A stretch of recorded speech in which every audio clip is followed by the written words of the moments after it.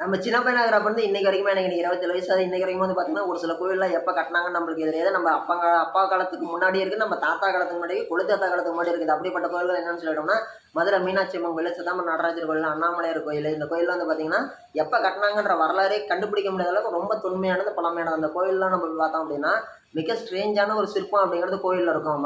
மதுரை மீனாட்சி அம்மன் கோயில்ல ஆயிரங்கால் மண்டபத்துல ஆயிரங்கால் மண்டபத்துலயுமே ஒவ்வொரு தூண்லயுமே வந்து பார்த்தீங்கன்னா, கம்பல்சரி யாழி அப்படின்னு சொல்லக்கூடிய ஒரு மிருகம் இருக்கும். அந்த யாழிங்கிற மிருகம் என்னன்னு சொல்லி கேட்டோம் அப்படின்னா, நம்ம கடலுக்குள்ள முழுகி போன குமரி கண்டத்துல வாழ்ந்ததா நம்பப்படக்கூடிய ஒரு மிருகம். ஓகேங்களா?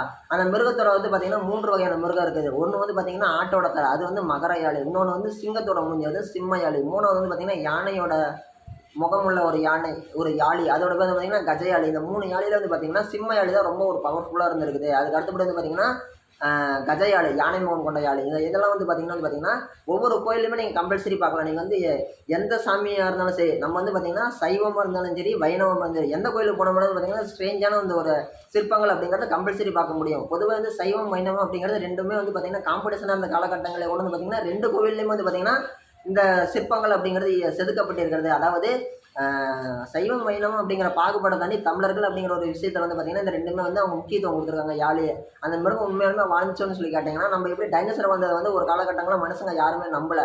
இது ஒரு கற்பனையான விஷயமா தான் இருந்திருக்கும். ஆனா அதனுடைய சிதிலமடைந்த எலும்பு கூடுகள் அப்படிங்கிறது கிடைச்ச விட தான் வந்து டைனோசர் அப்படிங்கிறது இருக்கிறதே உண்மைன்னு சொல்லி நம்பினாங்க. அதே மாதிரி தான் வந்து பார்த்தீங்கன்னா, இன்னைக்கு வந்து பார்த்தீங்கன்னா, யாழி அப்படிங்கக்கூடிய விஷயத்த வந்து பார்த்தீங்கன்னா, அறிவியல் பூர்வமா யாருமே இன்னும் ஏத்துக்கல, நம்பல. ஆனா வந்து பார்த்தீங்கன்னா, ஆதாரப்பூர்வமா நாம நம்பக்கூடிய, நாம கண்ணால பார்க்கக்கூடிய அந்த கோவில்கள்ல சிற்பங்களா செதுக்கி வச்சிருக்கிறாங்க. நம்ம தமிழர் பண்பாடுபடி ஒரு விஷயத்த வாய்மொழியா சொன்னாலே அதுக்கு பின்னால வந்து பார்த்தீங்கன்னா, ஒரு நூற்றாண்டு, ஒரு 1000 ஆண்டு சம்பவத்த மையப்படுத்தி தான் வந்து பார்த்தீங்கன்னா, ஒரு விஷயம் சொல்லியிருப்பாங்க. காக்கா வீட்டுக்கு வந்துச்சுன்னா, பறந்து காக்கா கத்துச்சுன்னா சொந்தக்காரங்க வராங்க அப்படின்னு சொல்லுவாங்க இல்லைங்களா?